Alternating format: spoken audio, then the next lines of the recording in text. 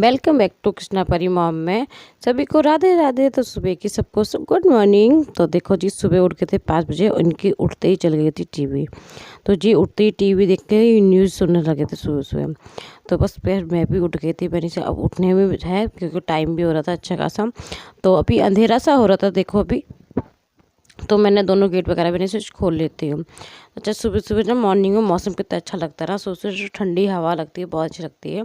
तो मैंने बाहर आकर थोड़ी देर 1-2 मिनट झाँका तो मौसम बहुत अच्छा सुहाना हो रहा था, बहुत अच्छा लग रहा था। सुबह सुबह की मॉर्निंग होती है ना, बहुत ही अच्छी लगती है। तो बस दोनों गेट वगैरह बच्चे मेरे दोनों ही सो रहे थे और इनके पापा सुबह ही उठते आज टीवी देखने लगे थे। तो बस मैं लग गई थी काम में। तो पहले मैंने पता क्या सोचा, पहले मैंने झाड़ू नहीं लगाई आज। तो झाड़ू मैंने बाद में लगाई। पहले ना मशीन लगाने जा रही थी क्योंकि मम्मी यही बोल रही थी कि सुबह उठते पहले मशीन, मैंने की लाइट चली जाती है मम्मी, जब तक मेरी झाड़ू वगैरह लगेगी, जब तक मैं नहाने जाऊँगी मेरे सारे कपड़े धुल जाएंगे। क्योंकि मैंने रात में ही सारे कपड़े इकट्ठे रख दिए थे।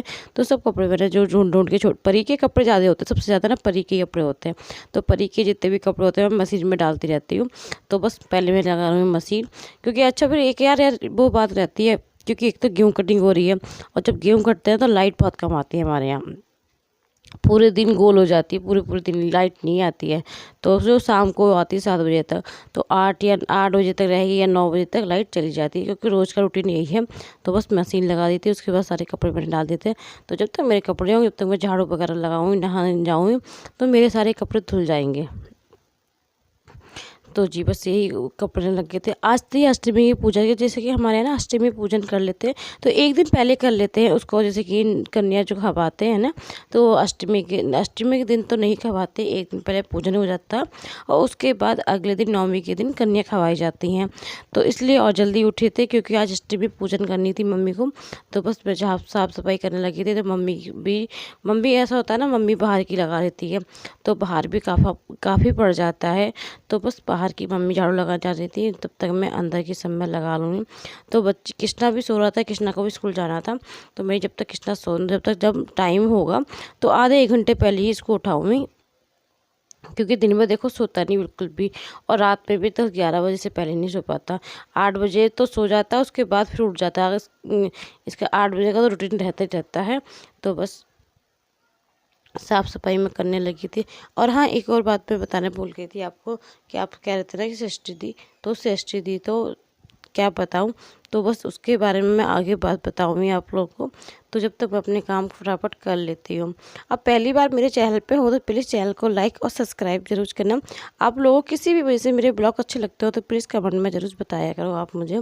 तो जैसे ये होता है ना कि आप लोग कमेंट में बताते हो, मेरा भी मनोबल बढ़ता है और मुझे भी बड़ी खुशी होती है कि आप लोग मुझे कुछ बताते हो। तो आप सभी से भी मुझे कुछ सीखने को मिलता है। तो प्लीज़ कमेंट में ज़रूर बताया करें आप कि आज का ब्लॉग आप सभी को कैसा लगा। अब पहली बार मेरे चैनल पे आए तो चैनल को सब्सक्राइब जरूर कीजिएगा। तो बस अपने लग गई थी काम में सुबह सुबह के। अच्छा, जो डेली बेसिक के काम होते हैं हमारे सुबह के रोज़ जी के होते हैं, क्योंकि झाड़ू पोछा ये तो रूटीन में हमारे रोज़ रहता ही है। तो बस नहा धो के आ गई थी अपने लड्डू बाबू को नहा धोवा के तैयार करा के मैं दोनों को बैठ गए थे। तो माधव और लड्डू बाबू कैसे लगे, तो बस मैं अपनी माला जाप वगैरह करने लगी थी। तो रामायण का जो पार्ट था मैं बहुत अच्छा लगता है, क्योंकि पढ़ना चाहिए हर पेड़।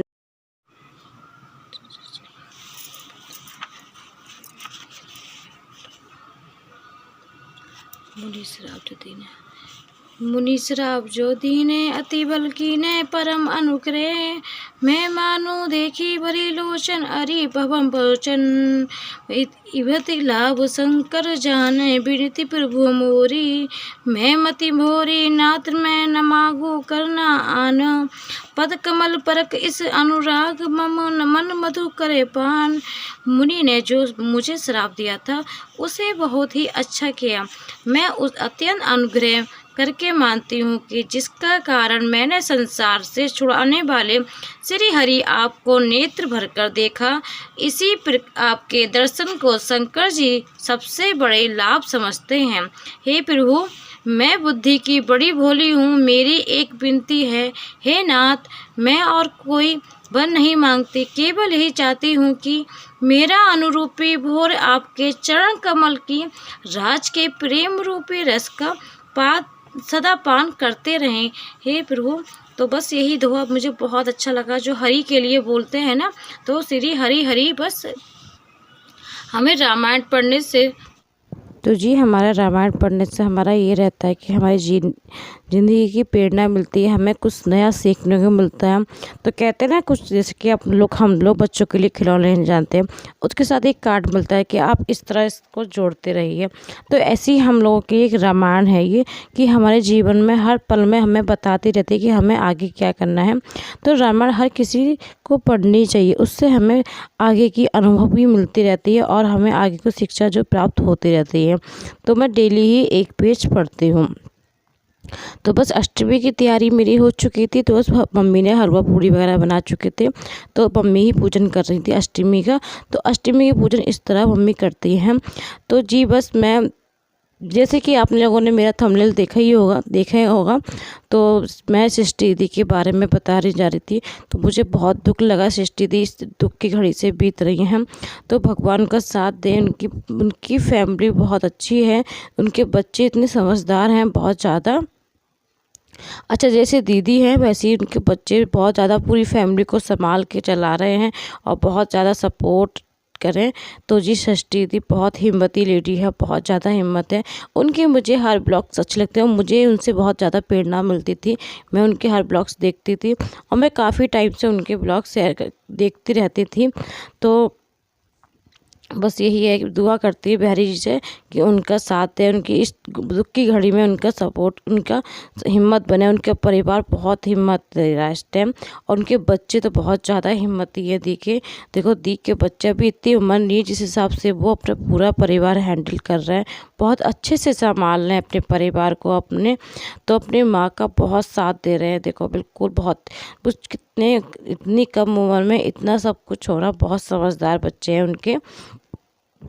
तो मेरा पता है, सुबह मैं रिफ़ाइन कर रही थी और रिफ़ाइन करते का समय मेरा दिमाग पता नहीं कहाँ चला गया था, मेरा ध्यान, और ये सारा रिफ़ाइन मुझसे यहीं गिर गया था। तो बस मैंने सब रिफ़ाइन पूछ लिया। तो जी मुझे सुन के बहुत बुरा लगा था। सृष्टि दीदी को कौन नहीं जानता। सृष्टि दीदी एक बहुत अच्छी ब्लॉगर हैं, लोगों की प्रेरणा है। उनका हर ब्लॉग मैं देखती थी, उनसे मुझे बहुत प्रेरणा मिली है। तो उनके साथ इस टाइम अभी उनकी माताजी ख़त्म हुई, माताजी की डेथ हो गई थी। तो इस वजह से सृष्टि दी बहुत ज़्यादा परेशान है, उनकी फैमिली बहुत ज़्यादा परेशान हो रही है। तो बस यही जी कृपा उनकी बनी रहे, प्रभु उनके साथ दें। सृष्टि दी इस टाइम बहुत ज़्यादा परेशान मत हो। सृष्टि दी आप बिल्कुल बहुत स्ट्रांग लेडी हो, बहुत ज़्यादा स्ट्रांग हो आप। तो आप लोगों की प्रेरणा हो, लोगों की हिम्मत हो। और सृष्टि दी के बच्चे बहुत समझदार हैं, जो इतना सब कुछ संभाल रहे हैं, मम्मा को पापा को अपने, और अपने आप को इतना संभाल के रख रहे हैं, परिवार को अपना संभाल रहे हैं। बहुत ज़्यादा स्ट्रांग बच्चे हैं दी के। तो जैसे दी ने अपने दी हैं, उसी तरह दी ने अपने बच्चों को संस्कार दिए हैं। तो बच्चे बहुत ज़्यादा स्ट्रांग हैं। तो बस भगवान से दुआ करती हूँ कि सृष्टि दी जल्दी जल्दी से अच्छी हो जाए और जल्दी से फिर अपनी ब्लॉग्स में आएँ।